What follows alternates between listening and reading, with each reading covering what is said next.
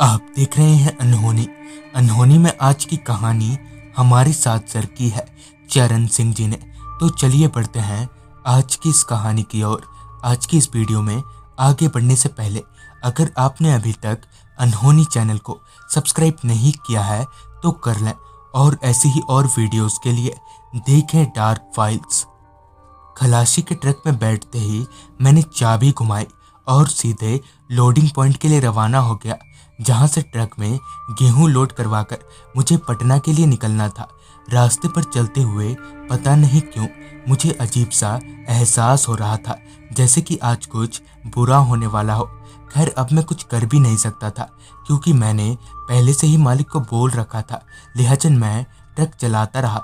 फिर जब मैं लोडिंग पॉइंट पर पहुंचा तब मैंने मालिक को फ़ोन लगाया और फिर मालिक से बात हो जाने के बाद ट्रक लोड हो गया, जिसके साथ ही हम लोग पटना के लिए रवाना हो गए।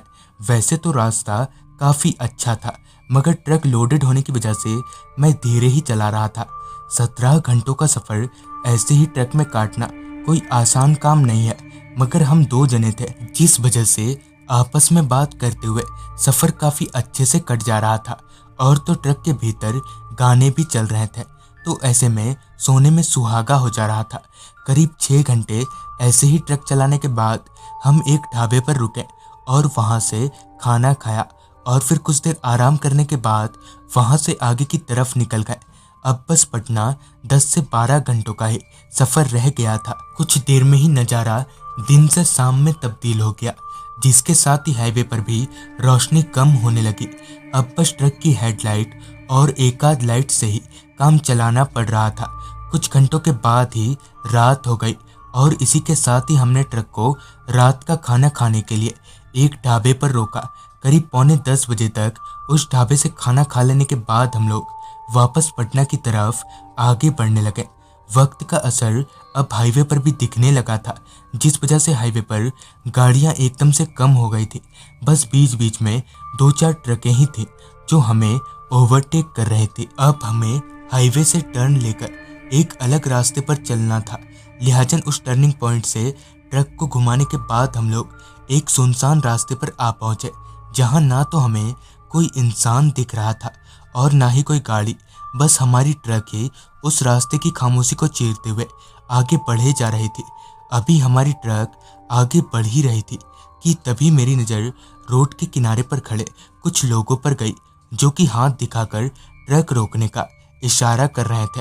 फिर जब मैंने उनके पास जाकर ट्रक रोका तब पाया कि वो 2 आदमी, 2 औरत और 3 बच्चे हैं। इसी बीच उनमें से एक आदमी मेरे पास आया और बोला, भैया जरा हमें आगे तक छोड़ देंगे।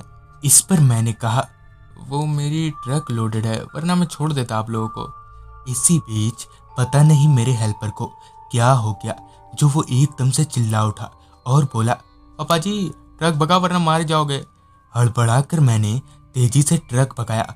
वहां से कुछ दूर जाने पर खलासी ने बताया, पाजी आपने उनके उल्टे पैर नहीं देखे और उनकी आंखें कैसी चमक रही थी। वहां से थोड़ा दूर जाते ही हमें एक ढाबा दिखा। हमने ट्रक रोककर उस ढाबे वाले को पूरी बात बताई, जिस पर उसने बताया कि वो एक बस स्टॉप है। आज से हफ्ता भर पहले वहां एक ही परिवार के 7 जन को एक लोडेड ट्रक ने कुचल दिया था। तब से हर रात उन लोगों की भटकती आत्मा ट्रक रुकवाती है।